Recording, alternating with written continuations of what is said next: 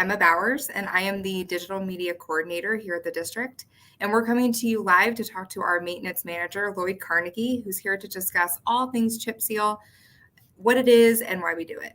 Lloyd Carnegie hails from the north, born and raised in Alberta, Canada, and he studied civil engineering technology at the Northern Alberta Institute of Technology, where he graduated with honors in 2003.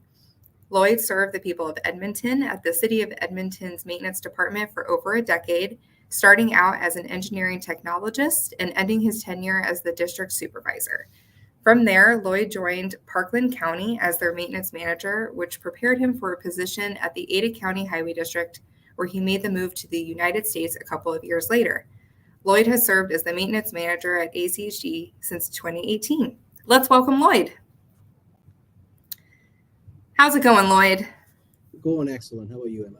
I'm great. I really appreciate you being with us here today. Lloyd, can you confirm that winter is behind us? Mother Nature so far this week has told us that there's no winter anymore. Okay, so winter ops means snowplows and summer operations means chip seal, right? Yes, those are our two seasons. Awesome. Can you tell us a little bit about chip seal? Give us the highlights. So what chip seal is, it's a preventative maintenance treatment in which we put a thin layer of liquid asphalt, also known as emulsion, onto the road surface, along with small aggregate, which we also call chips, to create a wearing surface. The chip and chip seal. Can you dive a little deeper into the materials? Sure. So the liquid asphalt that we use is LMCRS-2H catatonic water-based emulsified asphalts. For those of us who didn't go to engineering school, what does that mean? It is basically the glue that seals the road and adheres the chip to that roadway. Okay. So it's the binder that's specifically designed for chip seals. And the aggregate that we put on top is a 3/8 aggregate or a 1/4 inch aggregate onto the wear surface. Why the different size chips? That's a good question. So for arterials and collector roadways, due to the high volume and large trucks that go on those streets, we use a 3/8 chip, which is a little bit more robust and less prone to breaking down. And then in the residential streets that have less traffic and lighter traffic, we use the 1/4 inch. It's a little smaller, makes it a little bit smoother. That's really interesting. So we have the what chip seal is. Can you tell us a little bit about the why? Why do we chip seal? We chip seal because the moment you put down asphalt, it begins to oxidize. That when it does oxidize, it will become hard and brittle, crack, and then lead to future failures. So the chip sealing slows this oxidization process down, and it helps the sealing of the road and creating a new wearing surface. It provides a maximum benefit to the taxpayers as it maintains our road system in very good PCI rating. When you study the life cycle curve, it is cheaper to do the preventative maintenance now than to do a total reconstruct later. Okay. Can you go back to what is a PCI rating? Sure. What does PCI stands for Pavement Condition Index. And so what it is we go out and inspect all our roadways, counting the cracks, potholes, the failures, and give that road an overall rating of how good it is. And it's from a 0 to 100. So the closer you are to 100, the better your roads are. Currently, Ada County is sitting at about a 79 PCI rating overall. Wow. So what does that 79 mean? What kind of category are we in? 79 is in good to very good condition. If you look at other municipalities within the Northwest, we have some of the highest ratings of PCI in the Northwest. Oh, that's awesome. That's great that we can look at our roads in that way. And that's great news of how we compare. It's very clear that your team is working hard to keep our roads in great shape. Let's go to a question that we've heard before, and I'm sure that you've heard before. Why don't we just redo the entire road? Again, if you go to a life cycle curve, to do a preventative maintenance, the chip sealing costs about 6 times less than a total reconstruct. And so a chip seal lasts anywhere from 7 to 9 years. So if you do that 6 times over, you're getting roughly 42 years of life, extra life out of that roadway. Whereas if you do a mill and overlay, you're doing that roughly at 15, maybe 20 years. So you get 40 years for the same price that you're actually getting 42. So you actually extend a little bit more life and spend less money. Wow. Impressive amount of savings, impressive amount of extended life. Seems like a win-win. So we have some video clips that we would like to show of the process. Can you walk us through some of those? What's the very first step in this whole process? So our very first step is we got to go out and sweep the roadways. So this video here is showing one of our sweepers going out. They have to pay attention to detail, make sure that those roads are clear, that there's no debris, no sand, dust, or vegetation, which will allow that our liquid asphalt or emulsion to adhere to that roadway properly. Any debris, it will cause that liquid asphalt to peel off and therefore lose our chip seal.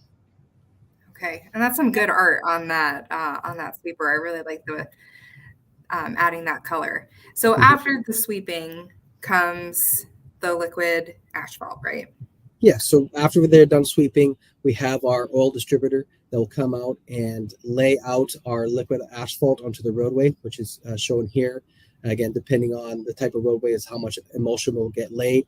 After that emulsion is put onto the roadway, we have our chip spreader that comes in right after and lays out our chip aggregate onto that fresh mat, making sure it's evenly distributed along that mat to make sure that there's a maximum connection with the chips on the emulsion. It's a cool piece of equipment, and it's great to ride along as well. Yeah. It looks like there's a lot of coordination going on, especially in that clip right there. Yes, there's a lot of pieces of equipment, a lot of manpower that goes into doing a chip seal. We call it in maintenance our ballet. Again, looks like a lot of chaos, a lot of things moving at the same time, but it's all coordinated. Everybody knows where they're supposed to be, and it's just to ensure that we have a good product as well as safety out there for the public and for our operators. Wow, that's really great. So how do you make sure that all of those chips are staying in that asphalt, that glue? Sure. So yeah, once the chips are laid onto that mat, we need to make sure that they're embedded into that emulsion. And so we generally have about 3 rollers that come in after the chip has been laid down to orientate that chip into that emulsion to make sure that that emulsion is fully coating that chip and making sure that we don't have any chip that gets lost. That's great. What comes next after that step? So we have the chips, they're in place. What's next? So generally we let about 3 to 5 days go by for that emulsion to fully set and cure. And then once that has been cured, we go through again with our sweepers to sweep up all the excess loose chip that might have broken free. And then we go in and do what's called a fog seal. So this is again another thin layer of emulsion to seal in that roadway and to seal that chip into that surface to ensure that we don't have any chip loss going forward. Plus, it also allows a clean slate. Yes, it allows us to have a nice black canvas that our paint crews can go in afterwards and repaint the lines. They also take this opportunity to, if they need to reorientate those lines to add a turn bay or like a bike lane, they have that opportunity to revamp the line system on that roadway. That is certainly a lot to do in what seems to be a relatively short amount of time. From start to finish, how long does this process take? So if you're looking at it from a resident's point of view in front of their home, our operations would be in front of their home for anywhere from 10 to 15 minutes, probably. Again, it's a lot of process, lots going on, but in front of that home, start to finish, I say about 15 minutes. Wow, that's pretty quick. We saw the paint crew go by and those lines are looking crisp and fresh. How long before somebody could safely drive on that paint? So generally when the paint crews go and paint the lines, they'll put cones out so that motorists know that this is freshly painted lines and to stay off them. And then once they have dried enough, and it depends on air temperature, road surface temperature, but once it has dried enough, they will remove those cones, allowing the motorists to understand that, yes, now it's okay that you can cross those lines. But on average, it's about 30 minutes. Okay. So what you're saying is I may need to leave just a few minutes earlier during my commute if chip seal is in the area. Would you say that that's fair? Yes, it's always good for citizens to give themselves extra time for their commute, especially if we're going to be in and around, like on Ontario Collector, that they're going to be using to take to their place of work or to go shopping or whatnot, because there is going to be equipment on the roadway, and we do ask that motorists slow down, reduce their speed on a freshly chipped road, just to ensure that they don't kick up any loose chip into other vehicles that are driving around them. Okay. And speaking of slowing down, just how slow do we want people to go? We recommend that motorists on a freshly chip sealed road go about 20 miles per hour. Okay. So keep an eye on that speedometer. Mm-hmm. So to plan for my commute that may be just a little slower than normal, how can I see where the chip seal team is, or even find out if they're in my area on my street? Sure. So if you go to our ACHD website, we have an interactive map that we update daily, and it will show where our crews have been, where they're going, and kind of shows the flow that our crews are taking to complete this year's chip seal process. We also, if you want to send in a TELUS with your specific address, we can definitely answer any questions of potentially when we might be in your area, and we are always open to phone calls. Great. So let's say I use the map, I find out that they're on my street. Can I still park there on the street? So about a week before we are in a residential area, we will put out what's called door knockers. There's little pamphlets that we'll put on the door signifying that we're going to be in your area approximately on this week, give or take as weather depending and resources are. And then about 24 to 48 hours, we'll put out no parking signs on the roadway. And so when those no parking signs go out, we do ask that residents please do not park on the streets, because we need that whole road width to be able to put the chip seal down. Sure. So a question I know that we get regularly, especially when we're chip sealing neighborhoods, is will the cul-de-sac be chip sealed? Can you give us some insight and details on that process? Yes.